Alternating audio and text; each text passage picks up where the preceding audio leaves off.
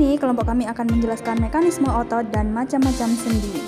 Pergerakan tubuh dihasilkan oleh mekanisme otot. Otot bekerja berdasarkan prinsip kontraksi dan relaksasi.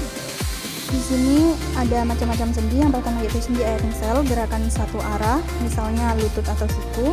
Yang kedua sendi peluru atau gerakan ke segala arah, misalnya bahu atau panggul.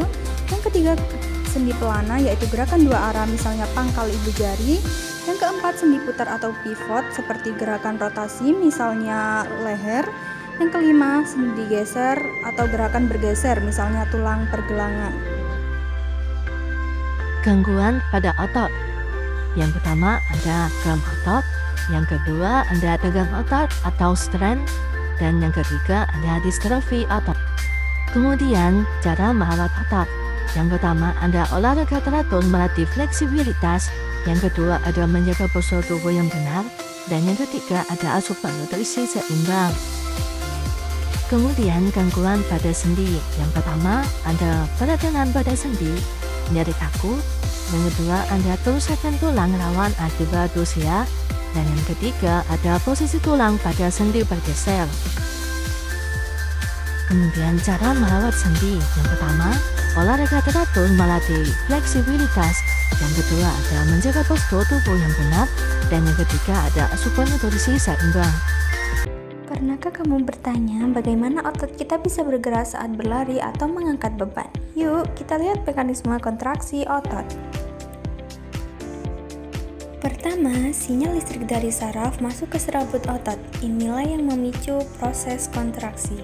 Begitu sinyal tiba, ion kalsium dilepaskan dari retikulum sarkoplasma ke dalam sel otot. Kalsium membuat filamen aktin dan miosin bisa saling bergeser. Inilah yang disebut teori filamen geser. Pergerakan filamen itu menyebabkan serabut otot memendek dan menghasilkan kontraksi. Saat sinyal berhenti, kalsium kembali ke retikulum sarkoplasma, filamen kembali ke posisi semula, dan otot menjadi rileks lagi. Jadi, kontraksi otot terjadi karena kerjasama aktin, miosin, dan kalsium yang dikendalikan oleh sinyal saraf. Dengan proses ini, tubuh kita bisa bergerak setiap saat. Halo teman-teman, yuk belajar mengenai macam-macam kontraksi otot. Kontraksi isotonik, yaitu otot memendek saat angkat beban dan memanjang saat turunkan beban. Kontraksi isometrik, yaitu otot menegang tanpa berubah panjang. Nah, kontraksi isokinetik, yaitu gerakan berkecepatan tetap dengan alat khusus. Mari kita mulai dengan sendi engsel. Sama seperti pintu, jika lutut ditekuk ke depan dan ke belakang dalam satu arah, akan sangat mirip bukan? Siku kita juga akan bekerja dengan cara yang sama. Tekuk dan luruskan mirip seperti sambungan bola dan soket.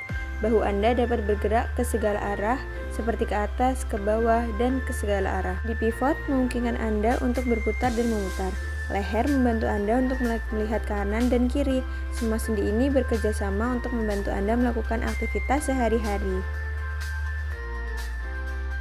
Kemudian kesimpulannya yaitu kontraksi otot terjadi karena impuls saraf memicu pelepasan kalsium yang memungkinkan aktin dan miosin bergeser atau teori filamen geser sehingga otot memendek atau menegang.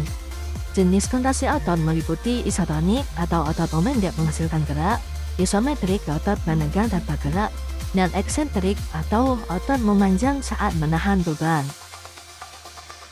Kemudian gerakan sendi yang dihasilkan antara lain fleksi, ekstensi, abduksi, rotasi, dan sirkumduksi. Dengan kerjasama ini, tubuh dapat bergerak secara efektif dan terkoordinasi.